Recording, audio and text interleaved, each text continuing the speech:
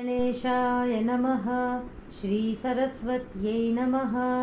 श्रीपादवल्लभनरसिंहसरस्वती श्रीगुरुदत्तात्रेयाय नमः।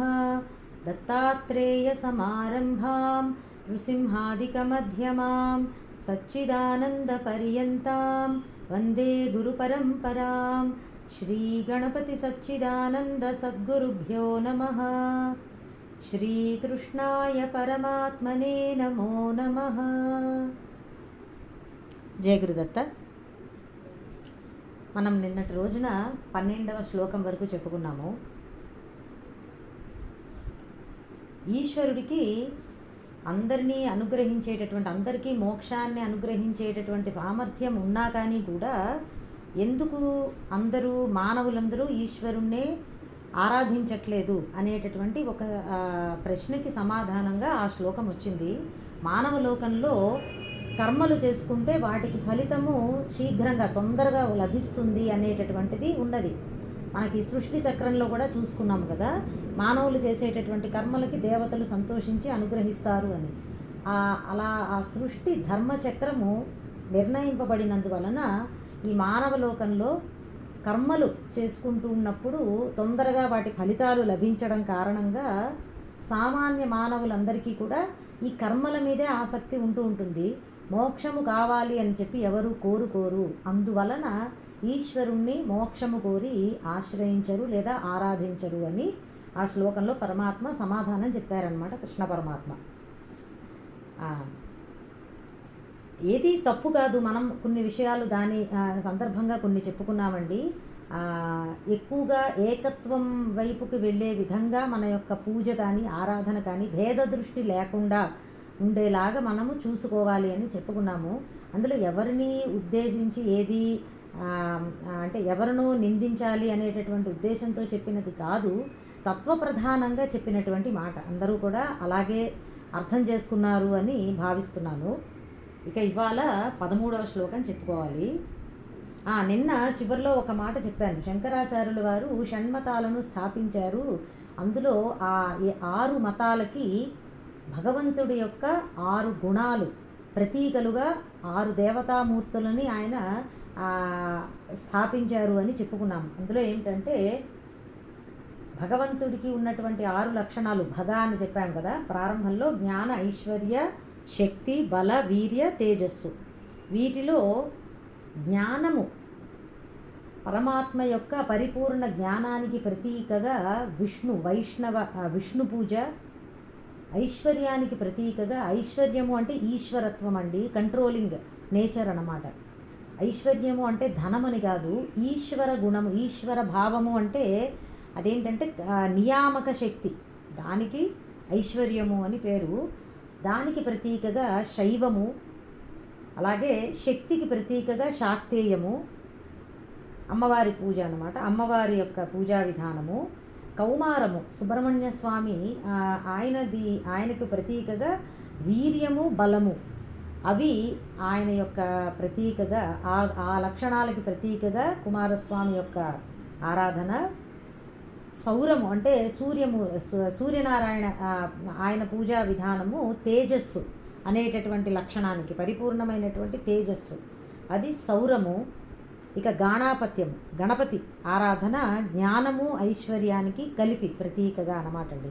6 లక్షణాలకి 6 మతాలని స్థాపించారు. షణ్మత స్థాపనాచార్య అని శంకరాచార్యుల వారికి ప్రతీక. అంటే ఒకే భగవంతుడు 6 లక్షణాలుగా, 6 లక్షణాలతో శోభిస్తున్నటువంటి ఒకే ఒక భగవంతుడిని మనం ఎలా కావాలంటే అలా ఆరాధించుకోవచ్చు అనేటటువంటిది అక్కడ ఉన్నటువంటి పరమార్థం. కానీ మనము అది తెలుసుకోలేక ఒకటే పరమాత్మలోని లక్షణాలకి ప్రతీకలుగా ఈ దేవతా పూజా విధానం ఉన్నది అని తెలియకపోతే భేదం చూస్తున్నాం మనం. ఒక్కొక్క దాంట్లో భేదం చూసి వాళ్ళు గొప్ప వీళ్ళు గొప్ప, ఒకళ్ళని ఎప్పుడో ఓడించారనో ఏదో ఇట్లా మనం అనుకుంటూ ఉంటామండి. అదంతా కూడా ఇంకా పరిపూర్ణంగా మనకి తత్వము తెలియలేదు అన్నదానికి గుర్తు అన్నమాట. తర్వాత 13వ శ్లోకము ఇప్పుడు ఇవాళ చెప్పుకోవాల్సింది. ఈ శ్లోకము కూడా కొంచెము అందరూ ఓపెన్ మైండ్తో అర్థం చేసుకోవాల్సిన శ్లోకం అండి. ఇవాళ అన్నీ అలాగే ఉన్నాయి, అన్ని శ్లోకాలు కూడా. ఓపెన్ మైండ్ అంటే అర్థమైంది కదా, కొంచెం బ్రాడ్గా చక్కగా దాని మీద ఈ చెప్పేటటువంటి విషయం మీద మీకు ముందరే ఏదో చెడు భావన ఉంటే కనుక అది పక్కన పెట్టేసుకుని ఓపెన్ మైండ్తో వినడం అనమాట. పరమాత్మ ఏం చెప్తున్నారో అది తెలుసుకునే ప్రయత్నం చేయాలి, మనకి ఏం అనిపిస్తుందో అది కాకుండా. చాతుర్వర్ణ్యం మయా సృష్టం గుణకర్మ విభాగశః తస్య కర్తారమపి మాం విద్య కర్తారమవ్యయం. చాతుర్వర్ణ్యం మయా సృష్టం గుణకర్మ విభాగశః తస్య కర్తారం అపి మాం విద్ధి అకర్తారం అవ్యయం.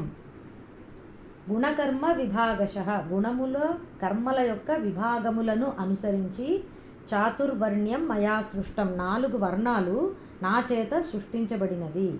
తస్య, ఆ సృష్టికి, కర్తారమపి మాం, కర్తను అయినా కూడా నన్ను, మాం అంటే నన్ను, అకర్తారం అవ్యయం విద్ధి, అకర్తగా సంసార సంబంధము లేనివానిగా విద్ధి తెలుసుకో.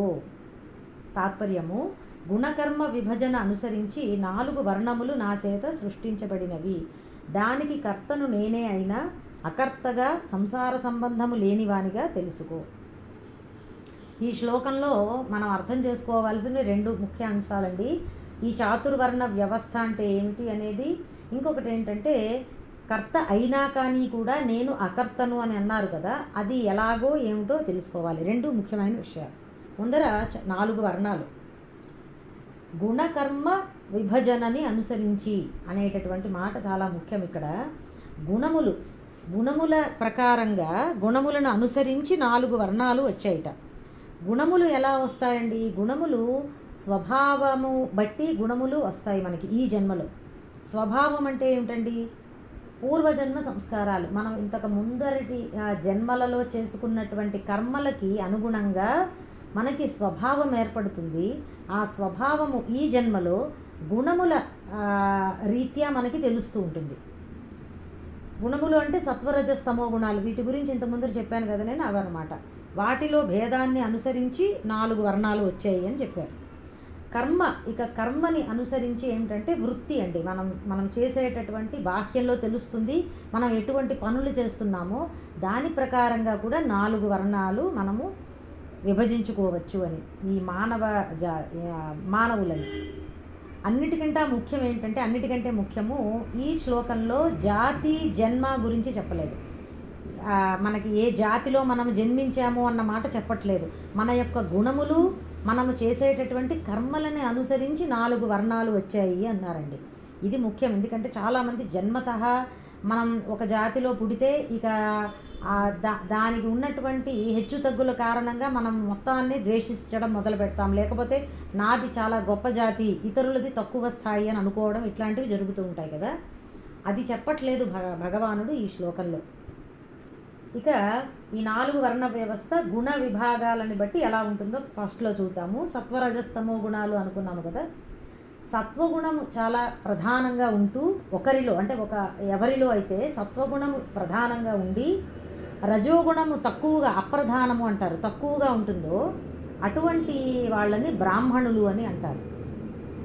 ఆ వాళ్ళకి ఉన్నటువంటి లక్షణాలు ఏమిటంటే శమము, దమము, ఇంద్రియ నిగ్రహము, వివేకము, ధ్యానము, సహనము మొదలైనటువంటి గుణాలు ఉంటాయి, లక్షణాలు ఉంటాయి వారిలో. అలాగే రజోగుణము ప్రధానంగా ఉండి, ఎక్కువగా ఉండి, సత్వగుణము కొంచెం తక్కువగా ఉన్నప్పుడు అటువంటి వారిని క్షత్రియులు అని అంటారు. వీరికి శౌర్యం ఉంటుంది, పరాక్రమము, ధైర్య సాహసాలు, పరిపాలన దక్షత మొదలైనటువంటివి వీరికి లక్షణాలుగా ఉంటాయి. ఇక తర్వాత 3వది రజోగుణము ప్రధానంగా ఉండి తమోగుణము కొంచెం తక్కువగా ఉన్నప్పుడు అది వాళ్ళు వైశ్యులు అనబడతారు. వీరికి వ్యవసాయము, వ్యాపారము, ముఖ్యంగా బిజినెస్ అన్నమాట, గోరక్షణ మొదలైనటువంటివి వీరి లక్షణాలు. అటువంటి కర్మలు చేస్తారు. ఇక తమోగుణము ఎక్కువగా ఉండి రజోగుణము అప్రధానంగా ఉన్నప్పుడు వారిని శూద్రులు అన్నారు, సేవా కర్మలు చేసేటటువంటి వారు అని. మూడవ గుణం మాట ఏమిటండి, 2 గుణాలనే చెప్తున్నారు కదా అంటే అసలు మూడవ గుణం ఇంకా బాగా నెగ్లిజిబుల్గా ఉన్నది అని గుర్తండి, ఇంకా బాగా తక్కువ ఉన్నదన్నమాట. ముఖ్యంగా 2 గుణాలు ప్రధానంగా తెలుస్తూ ఉంటాయి ఈ విభజనలో. అది ఇంకొకటి ఏంటంటే క్షత్రియులకి వైశ్యులకి భేదం ఏమిటి, ఎందుకంటే ఇద్దరిలోనూ రజోగుణం ఎక్కువగా ఉన్నది, ఒకరిలో సత్వగుణం కొంచెం తక్కువగా ఉన్నది, అది క్షత్రియులు. తమోగుణం తక్కువగా ఉన్నప్పుడు వాళ్ళు వైశ్యులు అన్నమాట.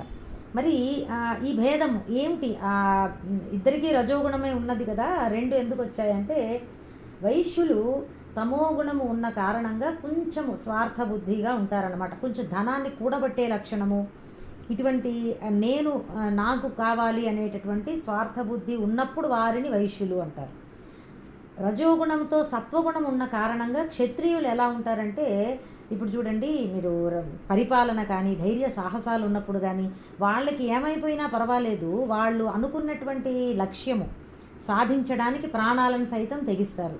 క్షత్రియులు కొంచెం అటువంటి లక్షణం ఉన్నవాళ్ళు, ఇప్పుడు చూడండి సైనికులు ఉంటారు, వారికి ఏమైనా పర్వాలేదు, దేశ సంరక్షణే వాళ్ళకి ముఖ్యం, అటువంటి వాళ్ళని క్షత్రియులు అనాలన్నమాట. ఆ స్వార్థము కొంచెం తక్కువ ఉన్నది, కీర్తికాంక్ష ఉండొచ్చు, రజోగుణం ఉన్న కారణంగా నాకు మంచి పేరు రావాలనో వాళ్ళు దాన ధర్మాలు అవి కూడా చేస్తూ ఉంటారు, కూడబెట్టుకునే లక్షణాలు కూడా ఉండవు. అది భేదం అండి, ఇద్దరిది రజోగుణము ముఖ్యంగా ఉన్నా కానీ కూడా సత్వగుణంతో కలిసిన రజోగుణము ఇంకొంచెము నిస్వార్థ భావన ఎక్కువ ఉంటుంది, తమో గుణంతో కలిసిన రజోగుణంలో స్వార్థం ఉంటుందన్నమాట, అది భేదం. ఈ రకంగా గుణములకి అనుగుణంగా మనము కూడా ఆయా లక్షణాలు కలిగి ఉన్నప్పుడు అది చక్కటి వర్ణ వ్యవస్థ. దీని గురించి ఇంకా 18వ అధ్యాయంలో వివరంగా చెప్పారండి. అసలు వాళ్ళ గుణాలు, కర్మలు, వారి స్వభావం ఎలా ఉంటుంది. ఇదిగో ఇప్పుడు చెప్పాను కదా, శమదమాలు, శౌర్యమని, వ్యవసాయమని, ఇటువంటివి వాళ్ళ యొక్క స్వభావాన్ని బట్టి వాళ్ళు ఆ కర్మలు చేయడానికి ఇష్టపడతారు. ఇది ఒక రకమైనటువంటి విభజన అన్నమాట. ఇక వృత్తిపరమైనటువంటి విభాగము, కర్మ అని చెప్పాము కదా, గుణములు చెప్పారు, కర్మ అన్నారు భగవంతుడు. వృత్తిపరమైన విభాగం ఏమిటంటే, ఇది ప్రపంచంలో అంతటా ఉన్నదండి. క్లాస్ సిస్టమ్ అని అంటాం మనము, వెస్టర్న్ కంట్రీస్లో కూడా ఉన్నది ఈ విభాగం. అదేంటంటే చూడండి, విద్యావంతులు, ఇంటలెక్చువల్స్ అంటారు, వారిని బ్రాహ్మణులు అనుకోవచ్చు. కార్యనిర్వహణ, రూలింగ్ క్లాసు, అడ్మినిస్ట్రేషను అవి బాగా చేసేటటువంటి వాళ్ళు క్షత్రియులు. వ్యాపారస్తులు, బిజినెస్ క్లాస్ అంటారు, వ్యాపారస్తులు వైశ్యులు. సేవాకర్మలు, వర్కింగ్ క్లాస్ అంటారు, వీరందరూ కూడా శూద్రులు అని చెప్పుకోవచ్చు. కర్మ ప్రకారంగా 4 వర్ణాలు వాళ్ళు ఎవరు అని. ఇంకా ఏమన్నారంటే, మనము కేవలము బాహ్యంలో కర్మలు గుణములు కాదు, ఒకే వ్యక్తిలో కూడా 4 వర్ణాలు ఆయా సమయాలలో తెలుస్తూ ఉంటాయి అన్నారు. ఎందుకంటే మనం ఇలా చెప్పుకుంటున్నామండి, వర్ణ వ్యవస్థ బాగా అర్థం చేసుకుంటే అది ఎక్కడో బాహ్యంలో లేదు, మనలో కూడా ఉన్నది. తత్వపరంగా దీన్ని అర్థం చేసుకోవడానికి ఇదంతా మనం వ్యాఖ్యానం చెప్పుకుంటున్నాం. ఒకే వ్యక్తిలో 4 వర్ణాలు ఎలా తెలుస్తాయి అంటే, ఆయా కర్మలు చేస్తున్నప్పుడు మనం అర్థం చేసుకోవచ్చు. మనము ఒక్కొక్క సమయాలలో చాలా చక్కగా మంచి విచారణ చేస్తూ ఉంటాం, అంటే అవసరమైన సందర్భాలలో ఆలోచన బాగా చేస్తాం. మనకి తెలిసినటువంటి విషయాలన్నీ కూడా సేకరించుకుని ఇప్పుడు ఏ నిర్ణయం తీసుకోవాలి, ఇట్లా అప్పుడప్పుడు కొంచెం ఆలోచన చేస్తాం చూసారా. అదొక్కటే కాదు, లోక వ్యవహారాలే కాదు, జ్ఞానపరమైనటువంటి చింతన చేస్తాం. మంచి భగవత్ సంబంధమైనటువంటి, ఇప్పుడు భగవద్గీత వింటున్నాం, ఇది జ్ఞానపరమైనటువంటి చింతన, అర్థం చేసుకునే ప్రయత్నం చేస్తున్నాం కదా మనము. అలాంటి సమయాలలో మనమే బ్రాహ్మణులం.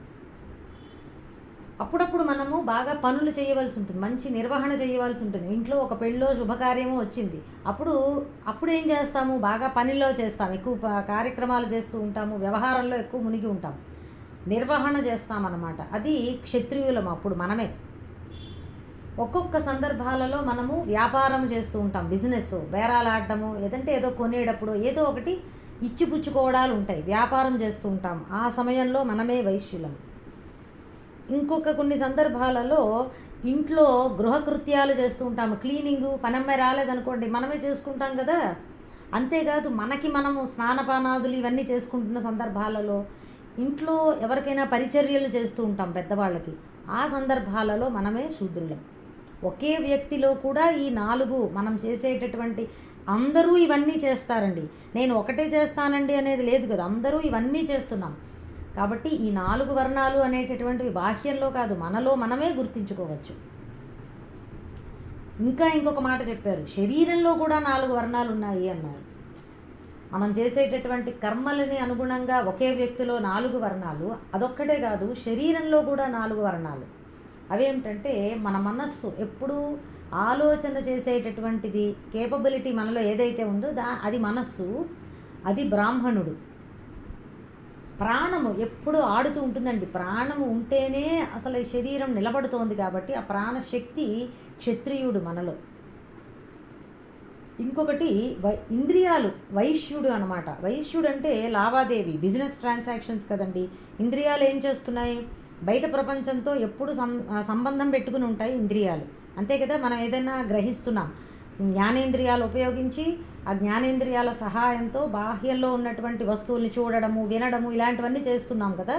ఇదే లావాదేవీ అంటారు, ట్రాన్సాక్షన్ అన్నమాట. ఇంద్రియాలే మన శరీరంలోని వైశ్యుడు. ఇక స్థూల శరీరం ఉన్నది కదా, మొత్తము స్థూల శరీరము శూద్రుడు. ఎందుకంటే పరిచర్యాత్మకం కర్మ అని చెప్తారు. పరిచర్య చేసేటటువంటిది శూద్రుడు అన్నమాట. పరిచర్య అంటే అంటే అంతటా, చర్య అంటే తిరగడం. ఈ స్థూల శరీరమే తిరుగుతూ ఉంటుంది కాబట్టి స్థూల శరీరము శూద్రుడు అని అన్నారు. అంటే ఒక శరీరంలోనే ఈ 4 వర్ణాలని మనం అన్వయించుకోవచ్చు. ఎన్నైనా చెప్పుకోవచ్చండి 4 వర్ణ వ్యవస్థల గురించి.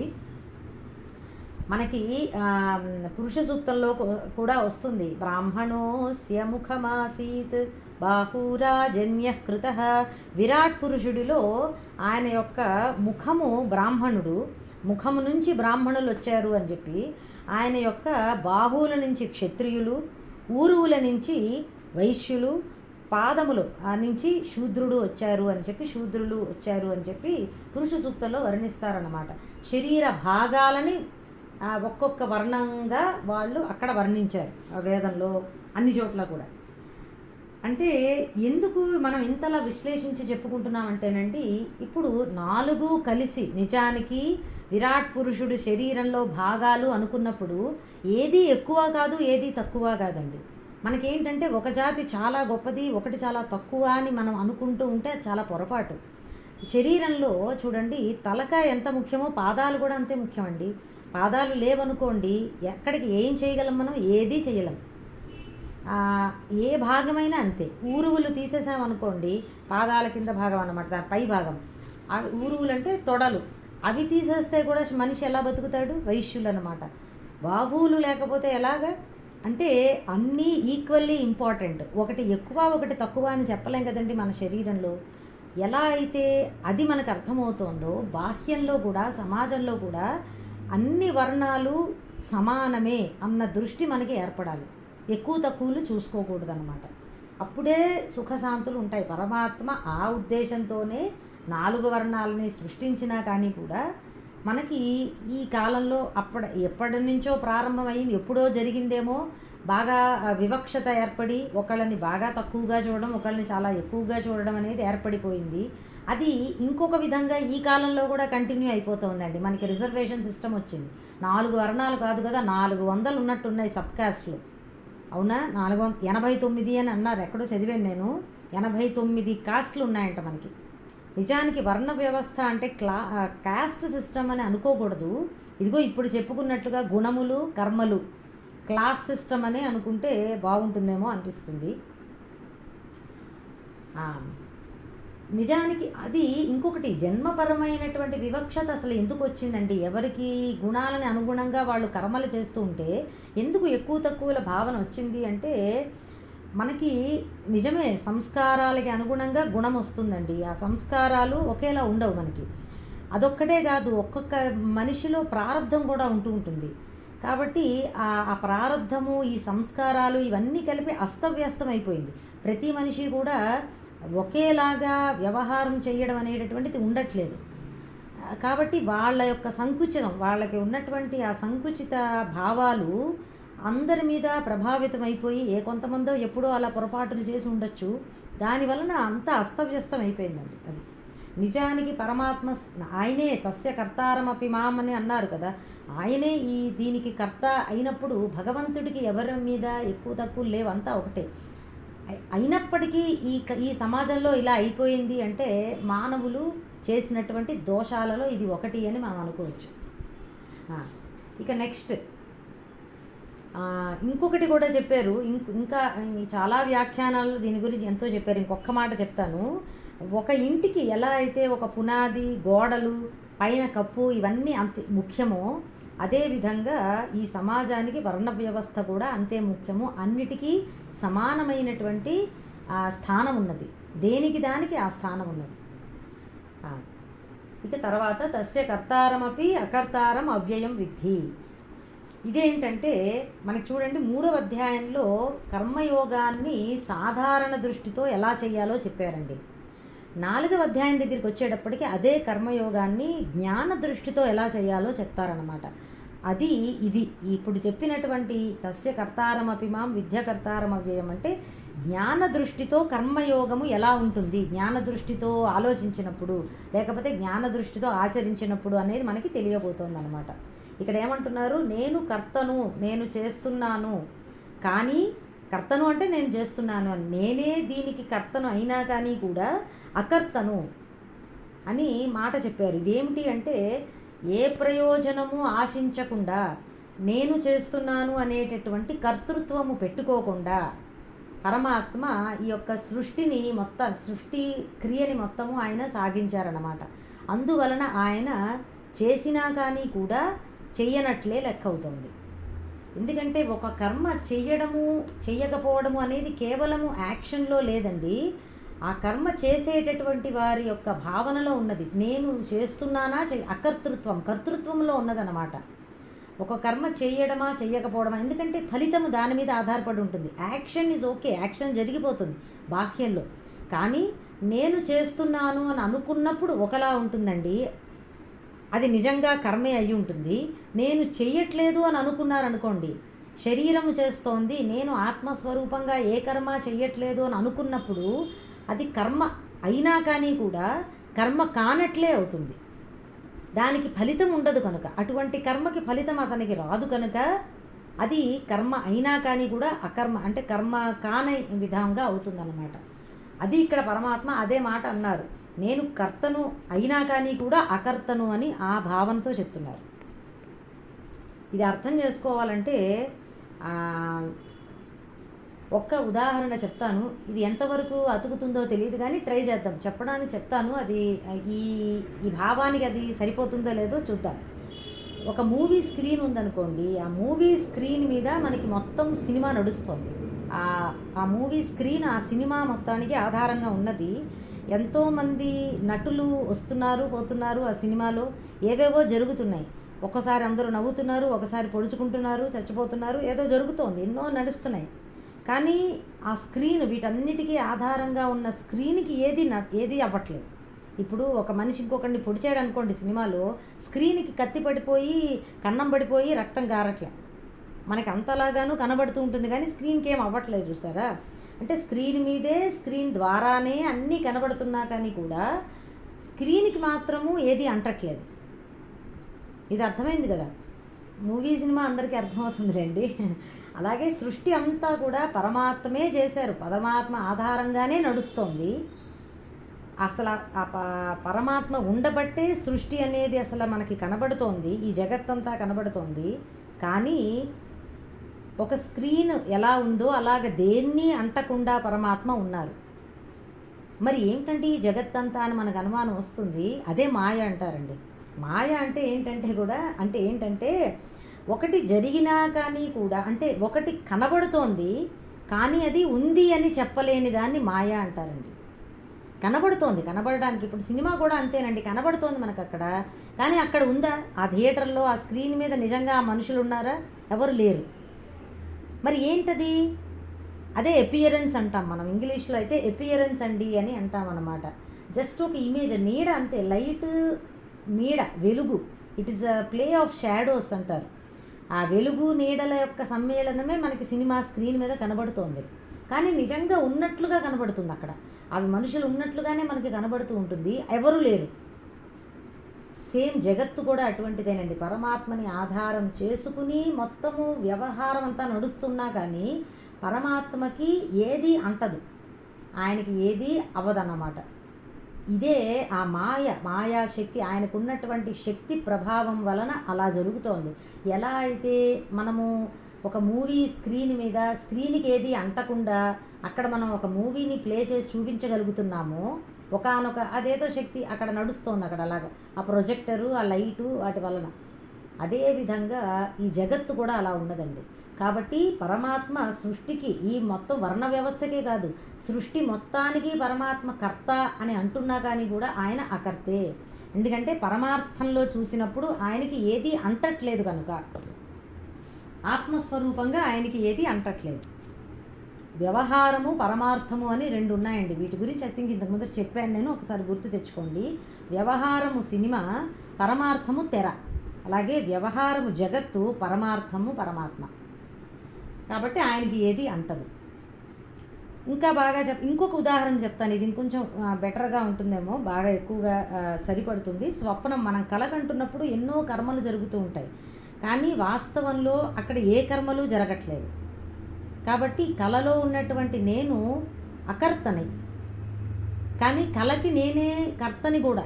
ఒక విధంగా చూస్తే నేనే కల్పించుకుంటున్నాను కదా కళ అంతా కూడా ఏదో జరుగుతున్నట్లుగా, కానీ నిజానికి అక్కడ ఏమీ జరగట్లేదు. ఒక దృష్టితో చూస్తే స్వప్న దృష్టితో మనం చూసినప్పుడు అక్కడ కర్మలన్నీ జరుగుతున్నాయి, నేను చేస్తున్నాను. కానీ నేను మంచం మీద నిద్రపోతున్న వానిలాగా చూస్తే నేను ఏ కర్మ చెయ్యట్లేదు, పడుకుని ఉన్నానంతే. ఆ స్వప్నము అనేటటువంటి కర్మ మొత్తానికి నేను అకర్తని, నేనేమి చెయ్యట్లేదు. కాబట్టి ఇది అర్థమైందండి. అదేవిధంగా పరమాత్మ కూడా జగత్తులో ఏది చేస్తున్నా కానీ కూడా ఆత్మస్వరూపంగా పరమాత్మ ఏదీ చెయ్యట్లేదు. అసలు ముఖ్యంగా తత్వప్రధానంగా చెప్పుకోవాలి అంటే పరమాత్మ యందు ఎటువంటి కర్మ ఉండేటటువంటి అవకాశము లేదు. ఎందుకంటే ఆత్మ నిరాకారము, కేవలము మనకి కనిపించేటటువంటి నామరూపాలలోనే ఏదైనా కదలిక ఉంటుంది. కదలిక ఉంటే కర్మ అండి. కదలిక ఎక్కడ ఉంటుంది అంటే రూపాలు ఉన్నప్పుడు కదలిక ఉంటుంది. ఎటువంటి వికారములు గుణములు లేని చోట ఏ కర్మ ఉండదు. అందుకే అకర్తారం అవ్యయం అని అన్నారు. అవ్యయము అంటే ఎటువంటి గుణాలు లేని తత్వము అని అక్కడ అర్థం చేసుకోవాలి. అది మొత్తం మీద ఈ శ్లోకం యొక్క తాత్పర్యం ఇంకొకసారి చెప్తాను. గుణకర్మ విభజనను అనుసరించి 4 వర్ణములు నా చేత సృష్టించబడినవి. దానికి కర్తను నేనే అయినా నన్ను అకర్తగా తెలుసుకో. అకర్త ఏ దృష్టితో అంటే ఆత్మకు ఏ కర్మ అంటదు అనేటటువంటి దృష్టితో. దానికి 2-3 ఉదాహరణలు చెప్పుకున్నాం. ఈ అకర్తృత్వాన్ని ఇంకా తర్వాత కూడా చెప్పుకుంటామండి, అప్పుడు మనకి బాగా అర్థమవుతుంది. ఇక నెక్స్ట్ 14వ శ్లోకము. నమాం కర్మాణి లింపంతి నమే కర్మ ఫలే స్పృహ ఇతి మాం యోభిజానాతి కర్మభిర్న సబధ్యతే. పరమాత్మే చెప్తున్నారు ఆయనకి ఎటువంటి కర్మలు అంటుకోవని ఇక్కడ ఈ శ్లోకంలో. నమాం కర్మాణి లింపంతి నమే కర్మఫలే స్పృహ ఇతి మాం యః అభిజానాతి కర్మభిః న సబధ్యతే. కర్మాణి కర్మలు మాం ఈశ్వరుడనైన నన్ను న లింపంతి అంటుకోవు. మే నాకు కర్మఫలే స్పృహ నా కర్మఫలముల యందు ఆసక్తి లేదు. ఇతి యః అని ఈ విధంగా ఎవడైతే మాం అభిజానాతి నా గురించి అర్థం చేసుకుంటాడో సహ అలాంటి సాధకుడు కర్మభిః న బధ్యతే అతడు కూడా కర్మల చేత బంధింపబడడు. ఈశ్వరుడనైన నన్ను కర్మలు అంటుకోవు, నాకు కర్మ ఫలితాల మీద ఆసక్తి కూడా లేదు. ఈ విధంగా ఎవరు నా గురించి అర్థం చేసుకుంటారో వారు కర్మల చేత బంధించబడరు. కర్మ ఎలా బంధిస్తుంది అంటేనండి, నేను ఈ కర్మ చేస్తున్నాను అనేటటువంటి కర్తృత్వంతోనూ, అలాగే నాకు ఈ కర్మ వలన ఈ ఫలితము కావాలి అనేటటువంటి భోక్తృత్వము అంటారు దానితోనూ కర్మ మనల్ని బంధిస్తుందండి. అంటే కర్తృత్వ భోక్తృత్వాలే బంధిస్తాయి మనల్ని, కర్మ కాదు. కర్మ యాజ్ సచ్ మనల్ని ఏం చేయదండి. ఆ కర్మ చేస్తున్నప్పుడు మనకి మనసులో ఉన్నటువంటి కర్తృత్వము భోక్తృత్వము ఈ రెండు అర్థమయ్యాయి కదా. నేను చేస్తున్నాను, ఫర్ ఎగ్జాంపుల్ నేను క్లాస్ చెప్తున్నప్పుడు నేను మాట్లాడుతున్నాను అని నేను అనుకున్నాను అనుకోండి, అది కర్తృత్వం అవుతుంది. ఈ మాట్లాడేటటువంటి కర్మకి అలాగే దీనివలన నాకు ఫలానా ప్రయోజనం కావాలి, 10 మంది నన్ను పొగడాలి అని నేను అనుకున్నాను అనుకోండి, అది భోక్తృత్వము అవుతుంది. కాబట్టి ఈ కర్తృత్వ భోక్తృత్వాల వలన అలా నాకు కనుక అనిపిస్తే ఈ కర్మ నన్ను బంధిస్తుంది. అంటే నాకు దాని నుంచి ఏదో ఒక పుణ్యమో పాపమో అంటుతుందన్నమాట. మంచి కర్మ అయితే పుణ్యం వస్తుంది, అది సవ్యంగా నిర్వహిస్తే. అది కనుక సరిగ్గా నేను నిర్వహించలేకపోతే దాని వలన నాకు పాపం వస్తుంది. అది ఒకవేళ కనుక నేను కర్తను కాదు, నాకు ఏ ఫలము వద్దు అని చెప్పి కేవలము సాక్షిభావంతో నేను ఉన్నాననుకోండి, అప్పుడు నన్ను అది బంధించలేదు. ఫర్ ఎగ్జాంపుల్, ఇదే కర్మని మళ్ళీ మనం ఆలోచించామనుకోండి, నోరు మాట్లాడుతోంది, మాట్లాడేటటువంటి శక్తి ఈశ్వరుడి నుంచి వస్తోంది, నేను ఆత్మస్వరూపంగా నేనేమీ చెయ్యట్లేదు అని నేను అనుకోగలిగితే నాకు కర్తృత్వము లేనట్లు. దీనివలన నాకు ఏ ప్రయోజనము నేను ఆశించి చెయ్యట్లేదు, 10 మంది పొగడాలనో ఎవరికో ఉపయోగం కావాలనో నాకు ప్రాక్టీస్ అవుతుందనో. చాలామంది మనం అందుకు చెప్తామండి, క్లాస్ చెప్తూ ఉంటే నాకు ప్రాక్టీస్ అవుతుంది కదా అని చెప్తాం. అట్లా నాకు ఏ ప్రయోజనం ఆశించట్లేదు, ఇది నాకు ఇవ్వబడింది, నాకు ప్రాప్తించింది, నాకు అడిగారు, సేవా కార్యక్రమంగా ఎవరో నన్ను చేస్తారా అని అడిగారు, నేను చేస్తున్నాను.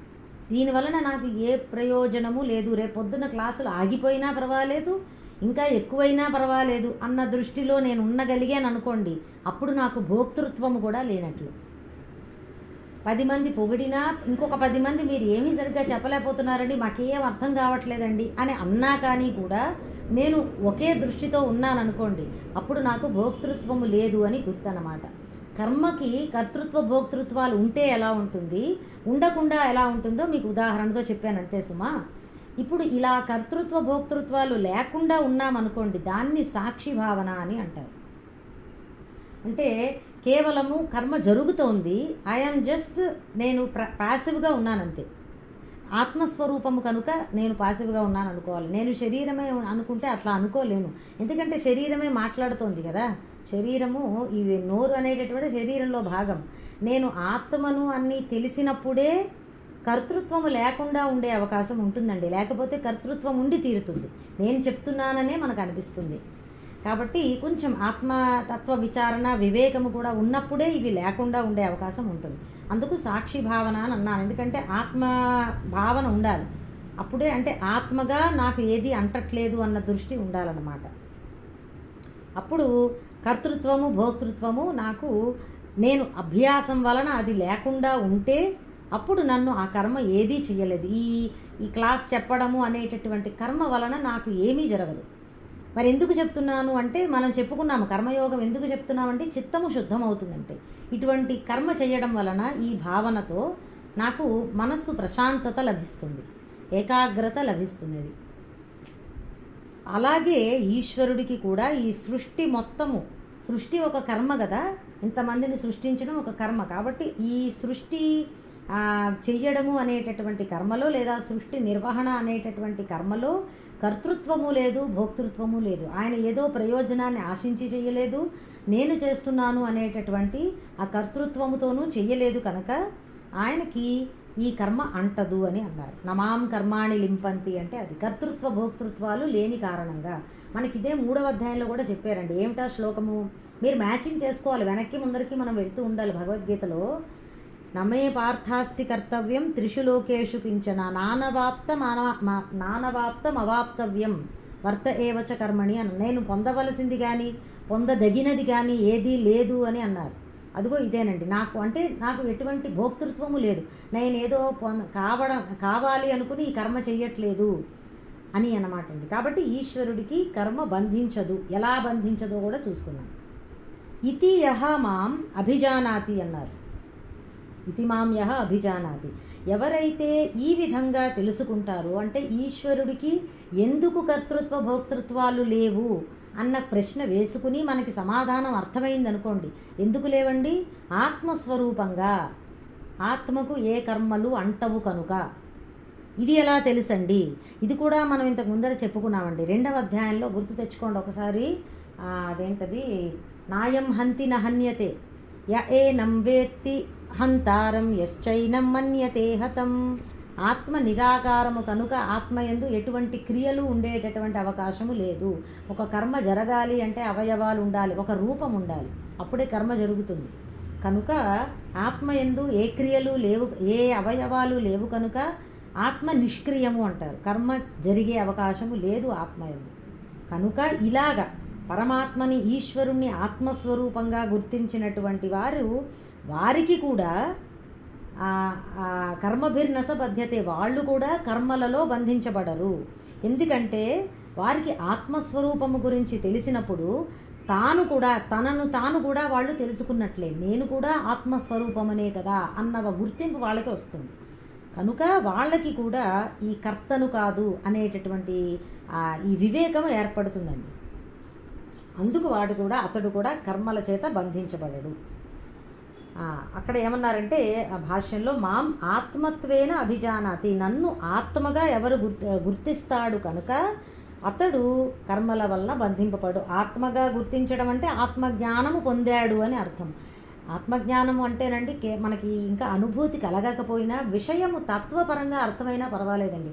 అట్లీస్ట్ థియరీగానన్నా ఆత్మ ఏమిటి అనేది అర్థం అయినప్పటికీ కూడా మనకి ఈ అకర్తృత్వము, అభోక్తృత్వం అనేది వస్తుంది. ఆ అనుభవం ఇంకా కలగకపోయినా పర్వాలేదు, అట్లీస్ట్ విషయం అర్థం కావాలి. ఆత్మ ఎందుకు అకర్త అని అన్నారు అనే విషయం మనకి తెలియాలి. అలాగే నేను శరీరము కాదు ఆత్మను అనేటటువంటి విషయం కూడా మనకి క్లారిటీగా తెలియాలి. అప్పుడే ఇది మనకి ఇటువంటి భావన, మనకి వివేకం కలుగుతున్నది. ఇంకొకసారి శ్లోక తాత్పర్యం చెప్తాను. ఈశ్వరుడనైన నన్ను కర్మలు అంటుకోవు, నాకు కర్మ ఫలితాల మీద ఆసక్తి లేదు. ఈ విధంగా ఎవరు నా గురించి అర్థం చేసుకుంటారో వారు కూడా కర్మల చేత బంధించబడరు. ఇక 15వ శ్లోకము. ఏవం జ్ఞాత్వా కృతం కర్మ పూర్వైరపి ముముక్షుభిః కురు కర్మైవ తస్మాత్ త్వం పూర్వైః పూర్వతరం కృతం. ఏవం జ్ఞాత్వా కృతం కర్మ పూర్వైః అపి ముముక్షుభిః కురు కర్మ ఏవ తస్మాత్ త్వం పూర్వైః పూర్వతరం కృతం. ఏవం జ్ఞాత్వా, ఈ విధంగా తెలుసుకుని, పూర్వైః ముముక్షుభిః, పూర్వీకులైనటువంటి ముముక్షుభిః అంటే ముముక్షువుల చేత. ముముక్షువు అంటే ఏంటండి? మోక్షమిచ్చా ముముక్ష, మోక్షము కావాలి అనేటటువంటి తీవ్ర కాంక్ష ఎవరికి ఉంటుందో వారిని ముముక్షువులు అంటారు. నిన్న క్లాసులో చెప్పాను చూసారా, ఒక ఉదాహరణ. నీటిలో మునిగినప్పుడు ఎంత తీవ్రంగా నెక్స్ట్ ఊపిరి తీసుకుంటాను అని అతడు తాపత్రయపడ్డాడు ఆ శిష్యుడు, అంతే తీవ్రంగా నాకు మోక్షం కావాలి అని అనుకున్న వారిని ముముక్షువులు అంటారండి. బాబోయ్ అంత అయితే అంత మాకు ఇంకా లేదండి అని అనుకుంటే ఓకే, మనం కొంచెం డైల్యూట్ చేద్దాం, తగ్గిద్దాము. అట్లీస్ట్ మోక్షం మీద ఏదో తెలుసుకోవాలని ఉందండి, మోక్షం అంటే ఏమిటో ఆ చిన్న కుతూహలమైనా ఉన్నదండి అని అనుకుంటే కూడా మనం ముముక్షువులు అని సర్టిఫికేట్ ఇచ్చుకుందాం, తప్పు లేదండి, కలికాలంలో పర్వాలేదు. అది కాబట్టి పూర్వీకులైనటువంటి ముముక్షువుల చేత కూడా కూడా కర్మ కృతం, కర్మ అదే విధంగా ఆచరించబడినది. అంటే ఈ విధంగా తెలుసుకుని పూర్వీకులైన ముముక్షువుల చేత కూడా కర్మ ఇదే విధంగా ఆచరించబడింది. తస్మాత్ అందువలన త్వం నువ్వు పూర్వైః కృతం పూర్వీకుల చేత ఆచరించబడిన పూర్వతరం ప్రాచీనమైనటువంటి కర్మ ఏవ కురు కర్మ విధానాన్నే ఆచరించు. తాత్పర్యము, ఈ విధంగా తెలుసుకుని పూర్వము ఎందరో ముముక్షువులు కర్మను ఆచరించారు, నువ్వు కూడా అలా పూర్వీకుల చేత ఆచరించబడిన కర్మ విధానాన్నే అనుసరించు.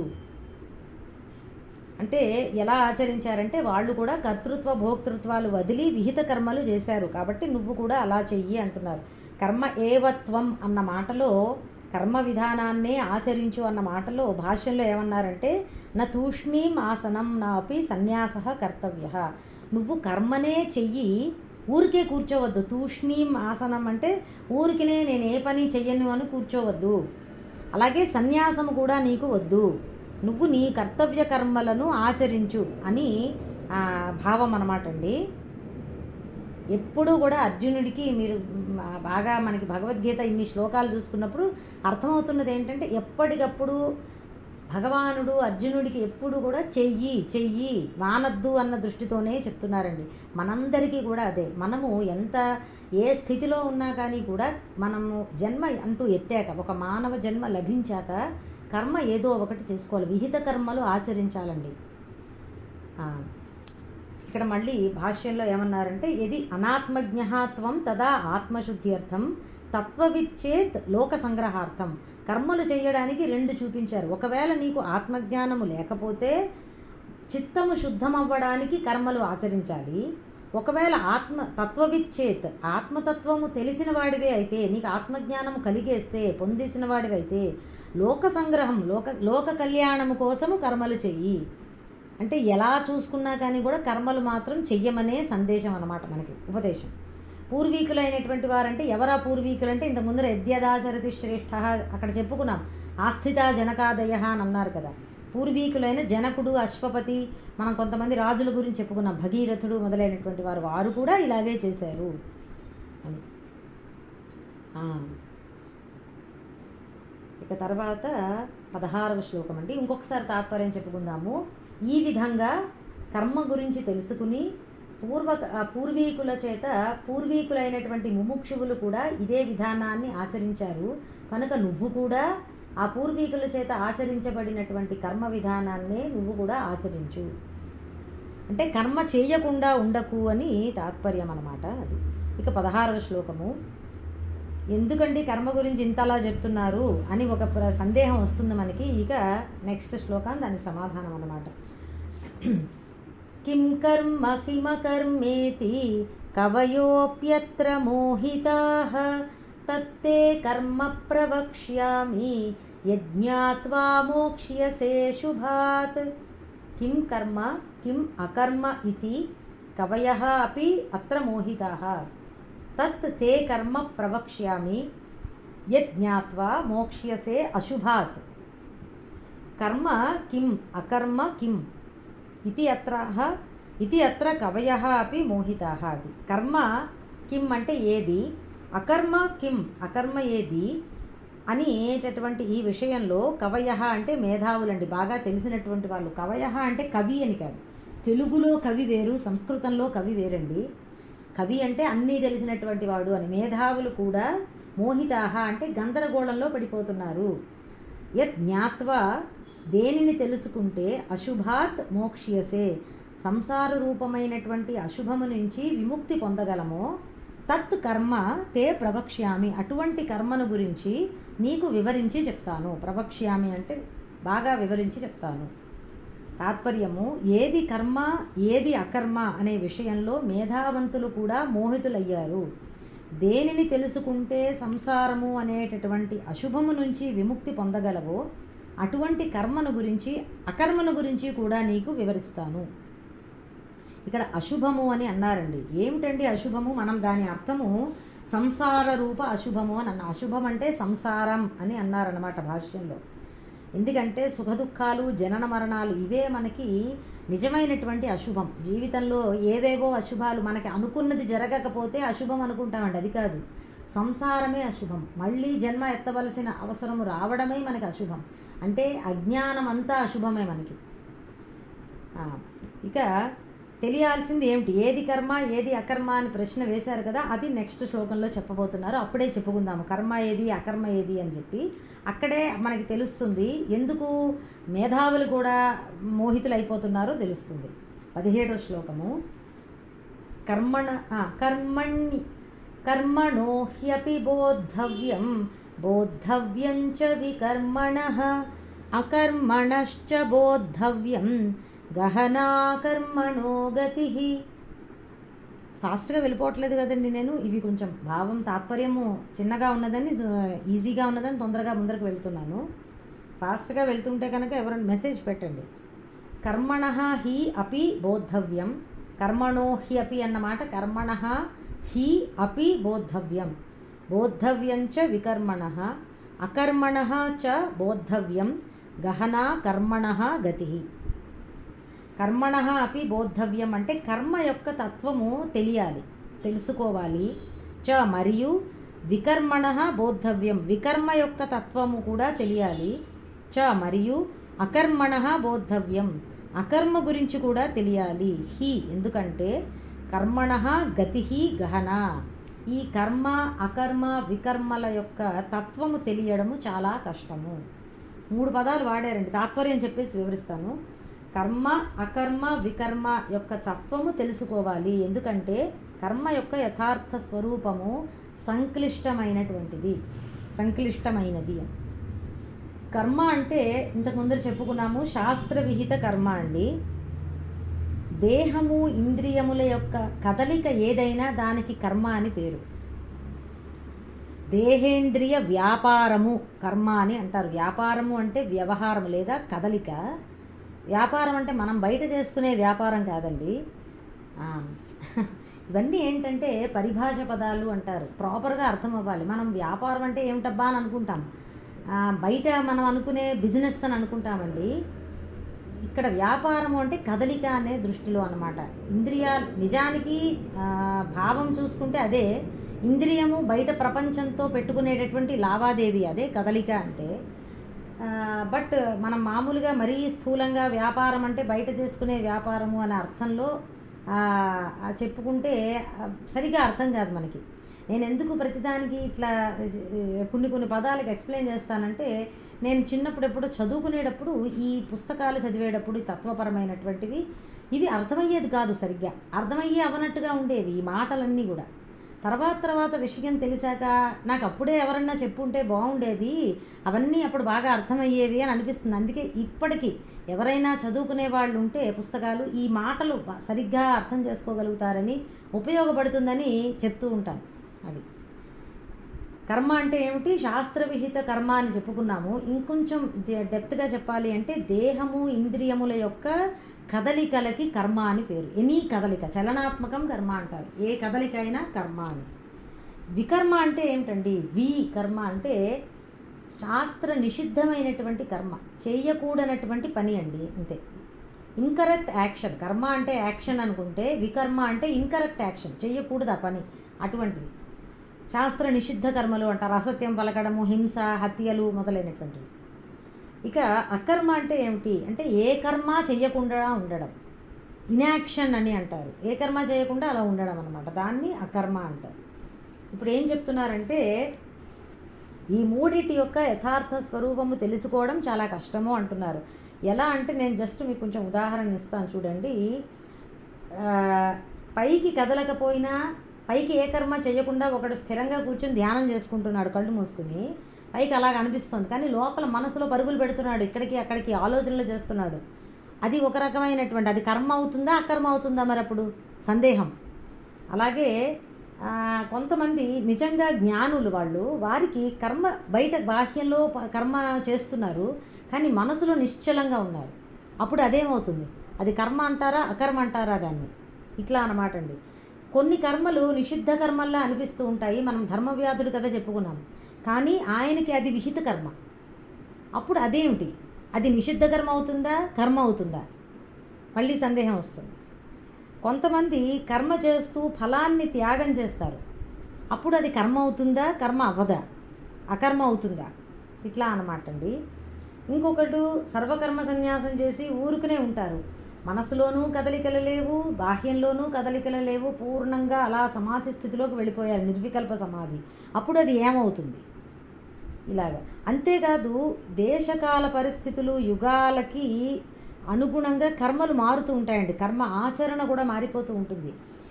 ఇలా ఇన్ని ఉన్నాయి కర్మ విషయంలో, మనం అర్థం చేసుకోవాల్సినవి ఇన్ని అంశాలు ఉన్నాయి అని ఉదాహరణలుగా మీకు చెప్తున్నాను అంతే. అందుకే గహనా కర్మణో గతి అని అన్నారు. కర్మ యొక్క విధానము ఎంతో క్లిష్టంగా అర్థమవుతుంది, క్లిష్టంగా ఉంటుంది, అర్థం చేసుకోవడం చాలా కష్టం అన్నమాట అది. ఇప్పుడు ఏ విధంలో ఈ కర్మ అకర్మ అర్థం చేసుకోవడంలో ఏమిటి పొరపాటు, దాని యథార్థ స్వరూపము ఎలా తెలియబడుతుందో మనకి నెక్స్ట్ శ్లోకంలో చెప్తున్నారు. ఈ శ్లోకము కొంచెం కాదండి, చాలా గహనమైనటువంటిది. కానీ లాస్ట్ 10 minutes మిగిలింది, పూర్తి చేసేసే ప్రయత్నం చేస్తాను. ఏదైనా మిగిలిపోతే రేపు కంటిన్యూ చేద్దాం. అందరూ కొంచెం అటెన్షన్గా వినాలండి ఈ నెక్స్ట్ చెప్పబోయే శ్లోకం. ఒక్క నిమిషము. 18వ శ్లోకం. కర్మణ్యకర్మయః పశ్యేత్ అకర్మణి చ కర్మయః సబుద్ధిమాన్ మనుష్యేషు సయుక్తః కృత్స్న కర్మకృత్.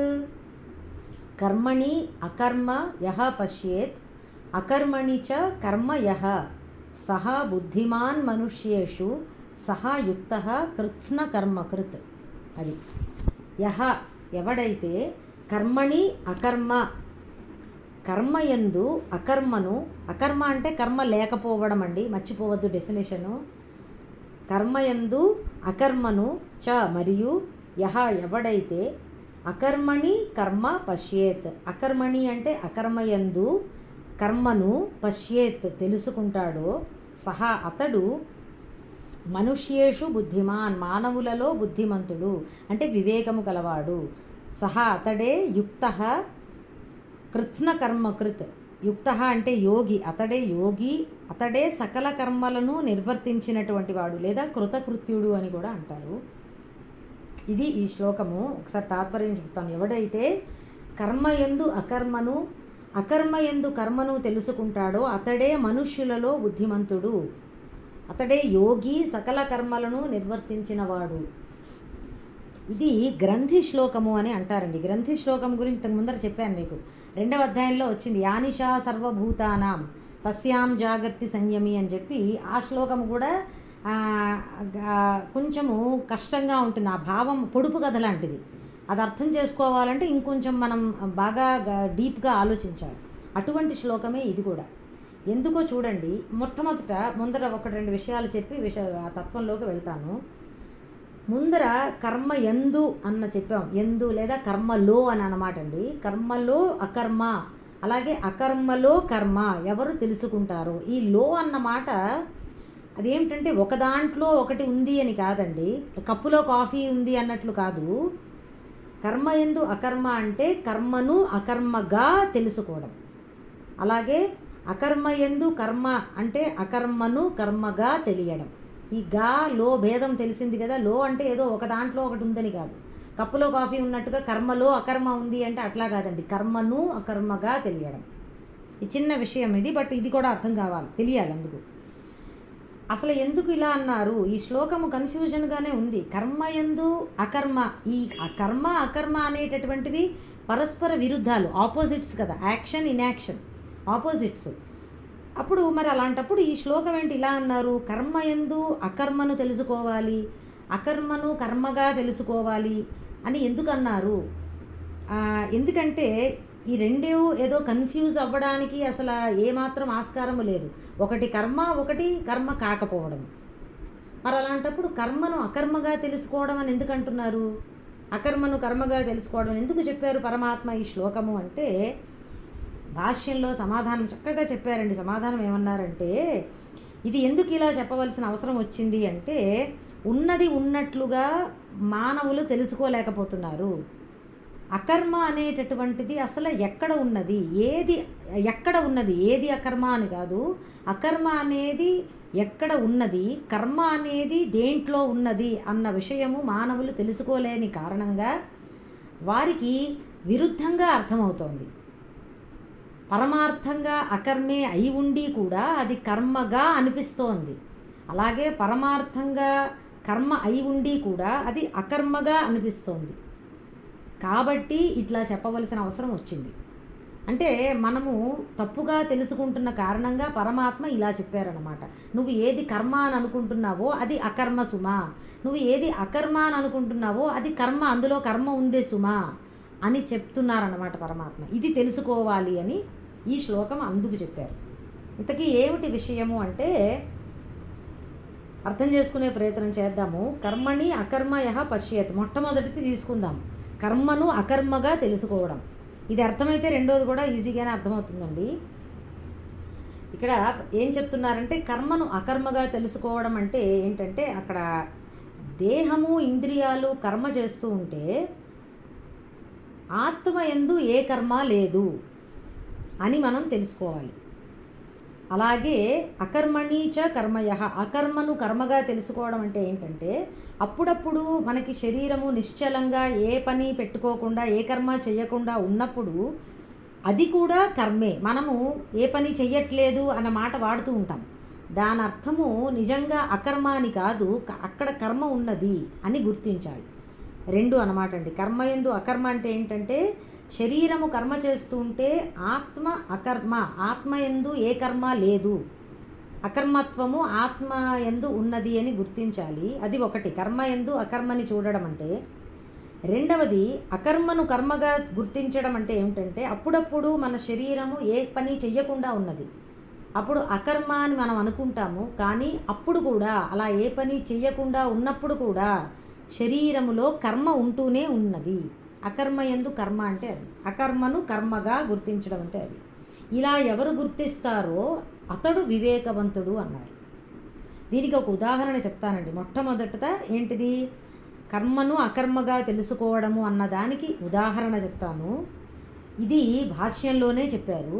ఆయన ఒక నది మీద నావ వెళుతున్నప్పుడు ఉదాహరణ తీసుకుని చెప్పారు. అది ఈ కాలంలో మనకు అర్థం కాదు కాబట్టి ట్రైన్లో ప్రయాణం చేస్తున్నప్పుడు అన్నది దానికి మార్చి చెప్తున్నాము.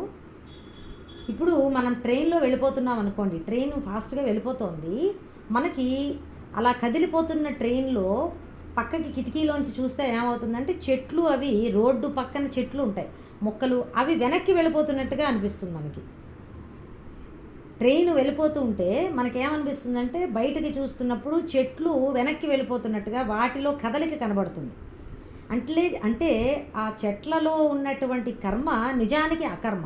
అక్కడ ఏ మూమెంటు లేవు, చెట్లు కదలట్లేదు కదా. మనం చూస్తున్నటువంటి ఆ కర్మ ఏదైతే ఉందో ఆ చెట్లలో, అది నిజానికి అకర్మ.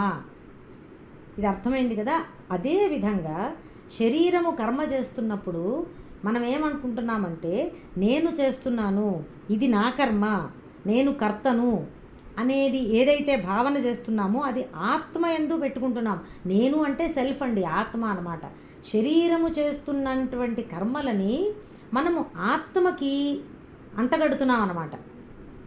అంటే ఆత్మ యందు ఏ కర్మ లేదు అని గుర్తించాలి. ఎలా అయితే చెట్లు వెనక్కి వెళ్ళిపోతున్నట్లుగా అనిపిస్తున్నా ఆ చెట్లలో ఏ కదలిక లేదో, అలాగే శరీరము కర్మ చేస్తున్నప్పుడు నేను చేస్తున్నాను అని ఏదైతే మనం అనుకుంటున్నామో అది తప్పు అని తెలుసుకుని నిజానికి ఆత్మ యందు ఏ కర్మ లేదు, ఆత్మ అకర్మత్వ స్థితిలో ఉన్నది అని గుర్తించాలి. అర్థమైందా? ఇది మొట్టమొదటిదండి. కర్మయందు అకర్మ, కర్మను అకర్మగా గుర్తించడం అంటే శరీరంలో ఉన్నటువంటి కర్మను ఆత్మకి, ఆ శరీరంలో ఉన్నటువంటి కర్మ ఆత్మకు ఏ కర్మ లేదు అని గుర్తించాలి. శరీరాదుల్లో ఉన్నటువంటి కర్మ అంటే ఇంకొంచెం బెటర్గా చెప్తాను. శరీరాదులు చేసేటటువంటి కర్మలలో ఆత్మ యొక్క అకర్మత్వాన్ని దర్శించాలి. కర్మ యందు అకర్మ అంటే అది. ఇంకొకసారి మళ్ళీ చెప్పుకుందాము. కర్మ యందు అకర్మ అంటే ఏమిటంటే శరీరము చేసేటటువంటి కర్మల విషయంలో ఆత్మ యొక్క అకర్మత్వాన్ని దర్శించాలి, గుర్తించాలి. లేదంటే ఇదే ఇంతకు ముందర కూడా చెప్పారు. ప్రకృతే క్రియమాణాని గుణై కర్మాణి సర్వశః. అలాగే గుణాగుణేషు వర్తంతే ఇతి మత్వా న సజ్జతే. నేనేమీ చెయ్యట్లేదు అని అనుకోవాలి అని అక్కడ చెప్పుకున్న 3వ అధ్యాయంలో అదే మళ్ళీ ఇక్కడ కూడా చెప్తున్నారు. ఎందుకు ఇన్నిసార్లు ఈ కర్మ అకర్మ కర్తృత్వం విషయంలో ఆత్మ అకర్త అన్న విషయం చెప్తున్నారంటే ఎన్నిసార్లు చెప్తున్నా మనకి సరిగా అర్థం కావట్లేదని మళ్ళీ మళ్ళీ పునరుక్తి చేసి అదే విషయాన్ని చెప్తున్నారట పరమాత్మ. భాష్యంలో ఆ ప్రశ్న కూడా వచ్చింది, ఎందుకు ఇన్నిసార్లు చెప్తున్నారు ఇదే మాటని వెనక్కి ముందరికి తిప్పి అని. నిజమే, మనకు అర్థం కావడం కష్టంగా ఉంది కాబట్టి ఇంకొకసారి మళ్ళీ చెప్తాను. కర్మ యందు అకర్మ అంటే ఏంటి? శరీరంలో చేసేటటువంటి కర్మల విషయంలో ఆత్మకి ఏ సంబంధము లేదు, ఆత్మ అకర్మ అని గుర్తించాలి. ఇక రెండవది ఏంటి? అకర్మ యందు కర్మ, అకర్మణిచ కర్మయః కదా. అకర్మను కర్మగా తెలుసుకోవడం. మనం అప్పుడప్పుడు ఇందాక చెప్పాను ఫస్ట్లోనే, ఏ పని పెట్టుకోకుండా ఊరికే ఉంటాము. నేనే పని చెయ్యట్లేదు, తూష్ణీం ఆసనం అన్నట్లుగా ఊరికే ఉన్నాను అని మనం అనుకుంటూ ఉంటాము. కానీ అది కూడా కర్మే అని అన్నారు. అంతర్గతంగా మనసులో ఆలోచనలు నడుస్తూనే ఉన్నాయి, అవి కూడా కదలికలే. కాబట్టి కర్మ ఉన్నది. పైకి అకర్మలా అనిపించేటటువంటి వాటిలో కూడా కర్మ ఉన్నది నిజానికి. అదొక్కటే కాదు, మనం ధ్యానం చేసే ప్రయత్నం చేస్తున్నాం అనుకోండి, మనసును నిగ్రహించి నేను ఏ కర్మ చేయట్లేదండి, మనస్సుని కూడా నిశ్చలం చేసేసుకున్నాను, ధ్యానం చేస్తున్నాను కాబట్టి నేను ఏ పని చెయ్యట్లేదు కదా అన్న సందేహం వస్తుంది. అది కూడా కర్మే అన్నారు. బలవంతంగా ఆలోచనల్ని ఆపుకోవడం అనేది ఏదైతే ఉందో అది కూడా ఒక క్రియే. ఎలా అంటే బాగా నడిచిపోతున్నటువంటి కారుని బ్రేక్ వేసి ఆపడం కూడా ఒక పనే కదండి. అట్లాగే ఆలోచనలు సాగిపోయేటటువంటి మనస్సులో ఆలోచనలు రాకుండా నిగ్రహించుకోవడం కూడా కర్మే. కాబట్టి ఏ విధంగా చూసినా శరీరము ఏ కర్మ చెయ్యట్లేదు, శరీరములో అకర్మగా ఉన్నాను నేను శరీరంతో అని అనుకునేటటువంటి స్థితిలో కూడా అక్కడ నిజానికి కర్మ ఉన్నది, కర్మ లేకుండా పోలేదు అని మనం తెలుసుకోవాలి. దీనికి ఒక ఉదాహరణ ఇచ్చారు భాష్యంలో. అదేంటంటే దూరంగా బాగా మనకి కంటికి దూరంగా ఉన్న వస్తువులు కదులుతున్నప్పటికీ కూడా మనకి నిశ్చలంగా ఉన్నట్లు అనిపిస్తాయి. వాటిలో మనకి కనిపించినప్పుడు నిశ్చలంగా ఉన్నట్లు కనిపిస్తున్నాయి, కానీ వాటిలో కదలిక ఉన్నది. అంటే అకర్మలో కర్మ ఉన్నది అంటే అదనమాట అండి. ఫర్ ఎగ్జాంపుల్ మనకి చంద్రుడు కనిపిస్తున్నాడు ఆకాశంలో, మన కంటికి స్థిరంగా ఉన్నట్లు కనిపిస్తుందండి. అంటే ఆ చంద్రుడిలో అకర్మ ఉన్నది అని మనం అనుకుంటాం, కానీ నిజానికి చంద్రుడు తిరుగుతున్నాడు, భూమి చుట్టూరా చంద్రుడు తిరుగుతున్నాడు కదా. స్టడీగా ఉన్నప్పుడు మనం అలా తదేకంగా చంద్రుడిని చూస్తున్నప్పుడు బాగా దూరంగా ఉన్న కారణంగా చంద్రుడిలో కదలికని మనం గమనించలేం. కొంచెం సేపు అయ్యాక చూస్తే కొంచెం దూరం వెళ్ళినట్లు అనిపిస్తుంది, దాన్ని బట్టి మనకి తెలుస్తుంది ఆకాశంలో చంద్రుడు కదిలేడని. కానీ మనం అదే పనిగా చూస్తున్నాం అనుకోండి, మనకి చంద్రుడిలో ఏ కదలిక కనబడదు. అంటే కదలిక లేని కారణంగా చంద్రుడు కదలట్లేదు అనడానికి లేదు, చంద్రుడిలో కర్మ ఉన్నది. అకర్మ యందు కర్మ ఉండడం అంటే అదండి. కదలిక లేకుండా అనిపించినప్పటికీ కూడా అక్కడ కర్మ ఉన్నది అని దానివల్ల మనం గుర్తించాలి ఈ ఉదాహరణ ద్వారా. అదేవిధంగా శరీరంలో కూడా ఏ కర్మ చేయకుండా నేను ఊరికే ఉన్నాను అన్నటువంటి అకర్మ స్థితిలో కూడా కర్మ ఉన్నది. మళ్ళీ ఇంకొకసారి ఇప్పుడు ఈ మొత్తం శ్లోకం కలుపుకుంటే, కర్మణి అకర్మ యః పశ్యేత్ అకర్మణి చ కర్మయః. కర్మయందు కర్మను లేదా కర్మను అకర్మగా తెలుసుకోవాలి, అకర్మను కర్మగా గుర్తించాలి. ఇది ఈ శ్లోకంలో. ఇందులో మొదటి దానికి కర్మయందు అకర్మను గుర్తించడం అంటే ఏమిటంటే శరీరము యందు ఉన్నటువంటి కర్మను ఆత్మ యొక్క అకర్మత్వంగా గుర్తించాలి. ఇక శరీరం యొక్క అకర్మత్వము కూడా వాస్తవంలో కర్మే అని తెలుసుకోవాలి. ఇప్పుడు మీరు ఈ రెండు మాటలు రాసి పెట్టుకుని ఒకసారి దాన్ని చూసుకుంటే మనకేమర్థమవుతుందంటే అండి, ఎలా చూసినా శరీరంలో ఎప్పుడూ కర్మే ఉన్నది. శరీరము కదిలినా కర్మే, ఎలాగో శరీరంలో కర్మ ఉంది. శరీరము కదలకుండా ఉన్నప్పుడు కూడా శరీరంలో కర్మ ఉంది అంటున్నారు, అది కర్మే అన్నారు. కాబట్టి శరీరము ఎప్పుడూ కర్మ.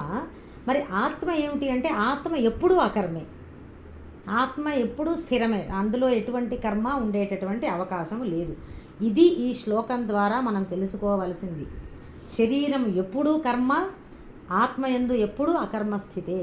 కన్ఫ్యూజ్ అవ్వకూడదు. ఆత్మ ఒక్కొక్కప్పుడు కర్మ చేస్తుంది, ఒకప్పుడు కర్మ చేయట్లేదని కాదు. ఆత్మ ఎప్పుడూ అకర్మత్వమే, శరీరం ఎప్పుడూ కర్మే, కదిలినా కదలకపోయినా. ఈ కదలికలు అనేటటువంటివి శరీరాన్నే మనం చెప్పుకున్నాము. ఆత్మ కదులుతోందా కదలట్లేదా అన్న ప్రశ్న లేదండి, ఎందుకంటే ఆత్మ ఎప్పుడు స్థిరంగా ఉంది. ఇప్పుడు ఫర్ ఎగ్జాంపుల్ చూడండి, హిమాలయ పర్వతము కదులుతోందా కదలదా అని చెప్పవలసిన అవసరం లేదు, అది కదలదు అని అందరికీ తెలుసు, మనకి తెలిసిన విషయం. ఒక మనిషి కదులుతున్నాడా లేదా అని మాట్లాడాలి, లేదా ఒక పశువు కదులుతోందా లేదా అని, ఎందుకంటే ఆ మనిషి ఆ వస్తువులోనే కదలిక ఉంటుంది. పర్వతంలో కదలిక లేదు కాబట్టి పర్వతం కదలట్లేదా కదులుతోందా అని చెప్పవలసిన అవసరం లేదు. అలాగే ఆత్మ పర్వతంలాగా ఎప్పుడూ కదలిక లేదు కాబట్టి ఆత్మ గురించినటువంటి చర్చ కాదు ఇది. ఆత్మ అకర్మ అని తెలుసుకోవడం వరకే. శరీరంలో మాత్రం కదలిక ఉన్న స్థితి, కదలిక లేని స్థితి రెండు చెప్పారు ఈ శ్లోకంలో. ఆ రెండు కూడా కర్మలే అని గుర్తించుకోవాలంతే. ఆత్మ మాత్రం ఎప్పుడూ అకర్మే, ఎప్పుడూ ఆత్మ యందు కర్మ లేదు. ఈ శ్లోకాన్ని ఇంకొంచెం సింప్లిఫై చేసి ఇంకొక రకంగా చెప్పాల్సి అంటే ఇంకొక రకంగా చెప్తాను. ఇంతవరకు ఒక భాష్యంలో ఏం చెప్పారో అది చెప్పానండి. ఇంకొక రకంగా చెప్పచ్చు. అదేమిటంటే కర్మ అకర్మ అనేటటువంటివి కర్తను ఆశ్రయించి ఉంటాయి. అంటే ఇందాక శ్లోకంలో చెప్పినట్లుగా కర్తృత్వము లేకుండా ఫలాన్ని కోరుకోకుండా ఏ కర్మ చేసినా అది కర్మ చేయనట్టే అయిపోతుంది, అంటే అది అకర్మే అవుతుంది. కర్మ చేసినా కానీ కూడా కర్మయోగం అన్నమాట. ఇదే కర్మయోగం, కర్తృత్వం లేకుండా భోక్తృత్వం లేకుండా చేయడం. దాని వలన ఏ ఫలితము రాదు, బంధము కూడా ఏర్పడదు కదా. కాబట్టి ఎవరైతే ఈ విధంగా కర్మ యందు అకర్మను చూస్తాడో, అంటే కర్మను ఏ రకంగా ఏ భావనతో చేస్తే అది అకర్మగా అవుతుందో తెలుసుకోవడం.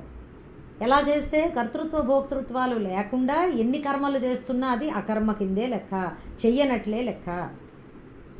అది ఇంకొకటి ఏంటంటే ఈ సెకండ్ పార్ట్ ఒకటేనండి. దేహేంద్రియాలని కదలించకుండా కూర్చుంటారు, నేనేమీ చెయ్యట్లేదు అని అనుకుంటారు, కానీ వారి అకర్మలో కూడా కర్మ ఉన్నది. ఎందుకంటే మనస్సు ఏదో ఒకటి కదులుతూనే ఉన్నది కాబట్టి అటువంటి అకర్మలో కర్మబంధము దాగి ఉన్నది అని గుర్తించాలి. ఈ రెండవ పార్ట్ ఇందాక చెప్పినది ఇది ఒకటే, మొదటిది మాత్రము కర్మయోగ పరంగా కొంచెం సింప్లిఫై చేసి చెప్పుకున్నాం. అది ఈ శ్లోకము ఎందుకు చెప్పారు అనే విషయంలో అందరికీ అర్థమైందని అనుకుంటున్నాను.